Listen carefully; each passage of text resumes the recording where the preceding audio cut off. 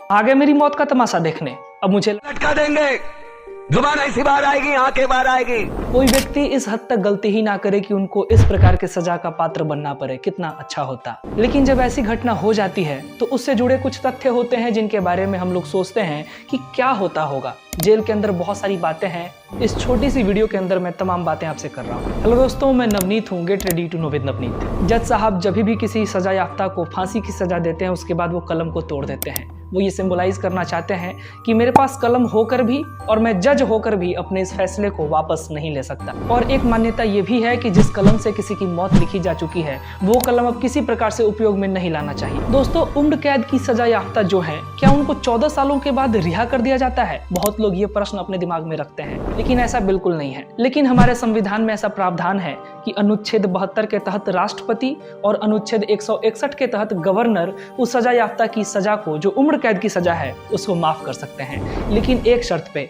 कम से कम उस कैदी को 14 साल उस जेल में बिता दिया होना चाहिए, उसके पहले वो उसकी सजा को माफ नहीं कर सकते।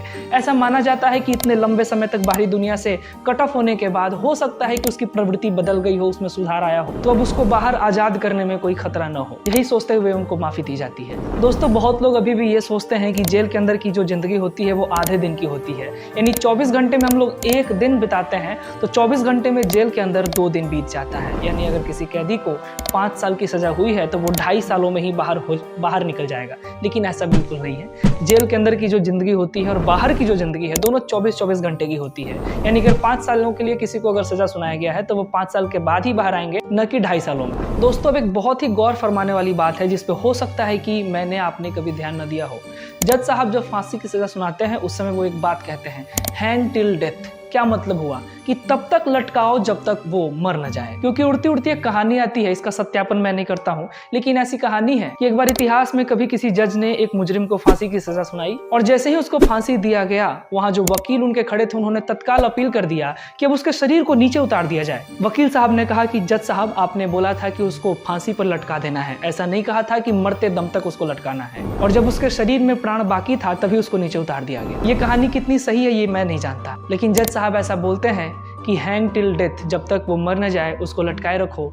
जब 10 मिनट हो जाता है तकरीबन शरीर को लटके हुए, तो वहां पर उपस्थित डॉक्टर उसको जाकर चेक करते हैं, नब्ज देखते हैं और जब वो घोषित कर देते हैं कि मृत हो गया है, फिर उसके शरीर को नीचे उतार दिया जाता है। जो सजा याफ्ता है उनके चेहरे को काले कपड़े से ढक दिया जाता है फांसी के पहले। कारण ये है कि उनका चेहरा उस दौरान काफी विकृत हो जाता है, चेहरे में अकड़ आ जाती है, आंखें लाल हो जाती है, वो दृश्य काफी भयावह होता है। इसी से बचने के लिए उसके चेहरे को ढक दिया जाता है। अब अगर अंतिम इच्छा की बात करी जाए कि एक सजा याफ्ता की अंतिम इच्छा क्या क्या हो सकती है, किसको पूरा किया जा सकता है, तो वो कोई बहुत विशिष्ट नहीं है। वो रिश्तेदारों से मिलने की इच्छा जाहिर कर सकता है, कुछ पसंदीदा खाने पीने को कह सकता है, धर्म ग्रंथ का पाठ सुन सकता है, वो अगर चाहे तो किसी धर्म गुरु को अपने पास उपस्थित चाह सकता है। यही कुछ बेसिक चीजें हैं जिसको पूरी की जा सकती है, उनके तमाम इच्छाओं की पूर्ति तो नहीं की जा सकती।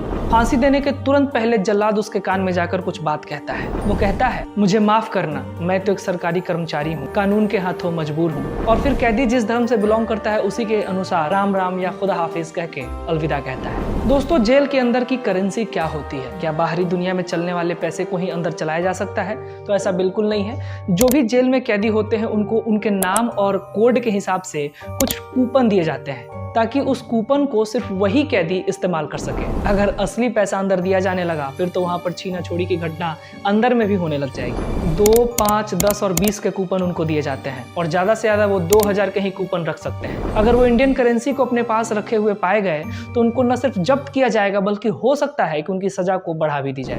अब दोस्तों, आखिरी सवाल कि फांसी के बाद शरीर का क्या किया जाता है, तो उसकी ऑटोप्सी के बाद जो भी उसके रिश्तेदार होते हैं उसको उसके शरीर को सुपुर्द कर दिया जाता है। आज की वीडियो मैंने काफी सख्त जानकारियां दी, काफी अप्रिय बातें भी कही, लेकिन ये हमारा कानून है। इनसे जुड़े ये कुछ तथ्य थे जिनके बारे में आज मैंने आपसे चर्चा की है। दोस्तों, ऐसे ही महत्वपूर्ण तथ्य आपके सामने लेकर मैं आता रहूंगा। मिलता हूं अगली वीडियो में। अगर आप नए हैं चैनल को सब्सक्राइब करें और दोस्तों को इस वीडियो के बारे में जरूर बताएं। मिलता हूं अगली वीडियो में। जय हिंद।